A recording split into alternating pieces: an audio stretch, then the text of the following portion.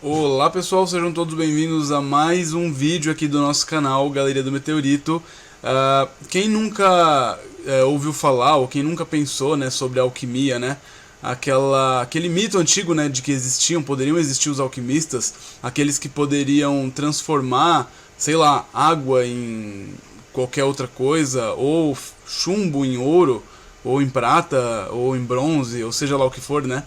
E hoje a gente sabe que os elementos que a gente conhece, né, praticamente todos os elementos da tabela periódica, por exemplo, né, eles são forjados no interior de estrelas, né?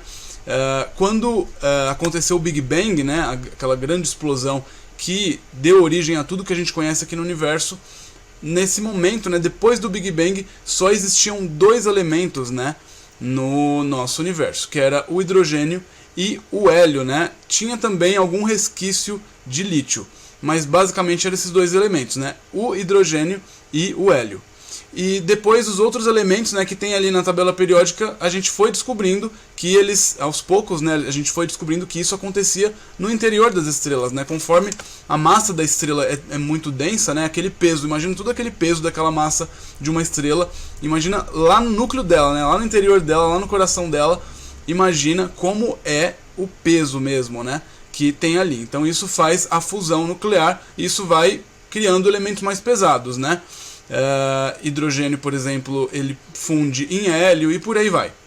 Só que, e os elementos mais pesados, né? Ninguém sabia de onde eles vinham, né? Porque depois do ferro, por exemplo, o que as estrelas iam formar, né? E agora, uma descoberta incrível aí, histórica para a astronomia, acaba de detectar justamente isso, né?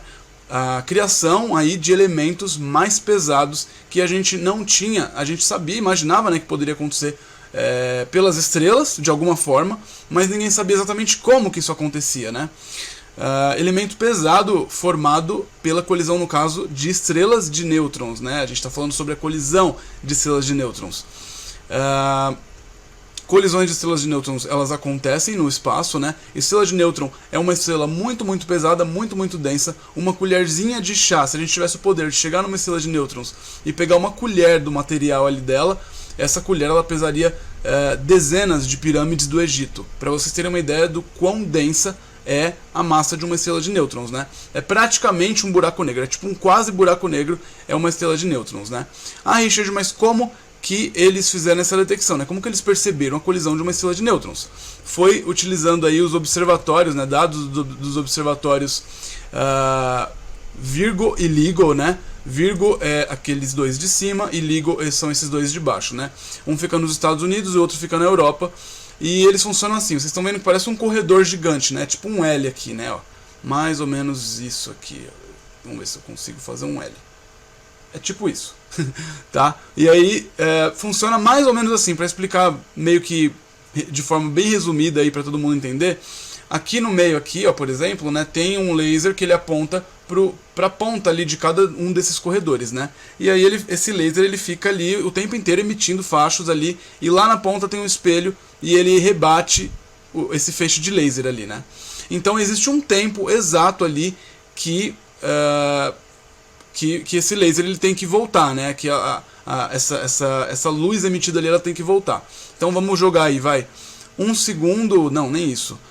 0,0003 segundos. E aí a gente sabe que tem que ter aquele tempo. Quando acontece algum evento muito, muito, muito extremo no espaço, né? Ele altera, ele causa ondas, as chamadas, né, ondas gravitacionais. Richard, o que são ondas gravitacionais? O espaço ele é um tecido, é como se fosse um tecido, né? Por isso que se chama de tecido do espaço-tempo. E aí quando acontece alguma interação gravitacional muito forte, uma colisão de estrelas de nêutrons, algum evento extremo assim, ele causa uma oscilação no tecido do espaço-tempo. Então é como se o espaço e o tempo ondulassem. Então, quando isso acontece, né, esse feixe de laser ali, ele leva um pouco mais ou um pouco menos de tempo para chegar de volta aqui. E quando isso acontece em todos os observatórios ao mesmo tempo, então a gente sabe que aconteceu uma oscilação no espaço-tempo e os pesquisadores conseguem entender, né, de onde isso veio, né, o que seria o que teria causado essa oscilação, essa ondulação, né, no espaço-tempo, as chamadas ondas gravitacionais. e foi justamente isso que eles conseguiram detectar, né? Eles estão aprimorando a técnica de observação, utilizando esse tipo de observatório, e utilizando também telescópios, né, eles conseguiram detectar a colisão de duas estrelas de nêutrons, né? A fusão das estrelas de nêutrons GW, olha o nome complicado, ó, GW 170817, tá? Isso foi uma novidade histórica para a astronomia, detectar essa colisão dessas estrelas de nêutrons, né? Ah, Richard, o que eles detectaram aí, né? Você está falando de alquimia. Então, eles detectaram justamente um metal alcalino, né, que é encontrado em minerais do solo, que é usado em fogos de artifício para criar a famosa cor vermelha. Sabe quando você está ali observando ali, olhando para o céu no ano novo, ou quando seu time faz um gol lá e você vai lá comemorar, ou você vê ali os fogos de artifício? Aquela cor vermelha dos fogos de artifício é criada justamente pelo estrôncio. E é um material pesado, né? É um elemento pesado, e eles descobriram sinais, eles detectaram ali a assinatura de estrôncio nessa colisão de estrelas de nêutrons, ou seja, é dali que sai o estrôncio, por exemplo, né? E assim como a colisão de estrelas de nêutrons cria estrôncio, ela também pode criar outros metais pesados também.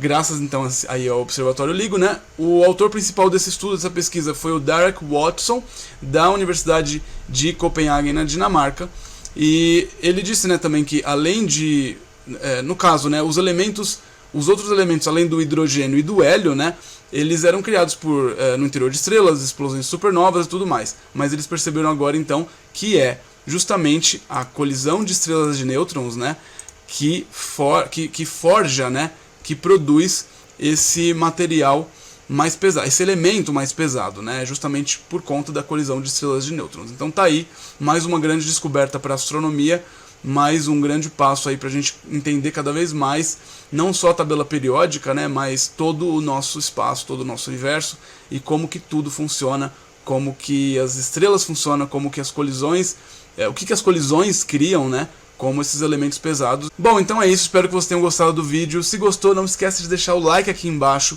se inscreve no nosso canal, ativa o sininho também para receber as notificações. Conheça o nosso site, o galeriadometeorito.com, e a nossa loja, lojagaleriadometeorito.com. Os links estão todos no comentário fixado aqui embaixo, tá certo?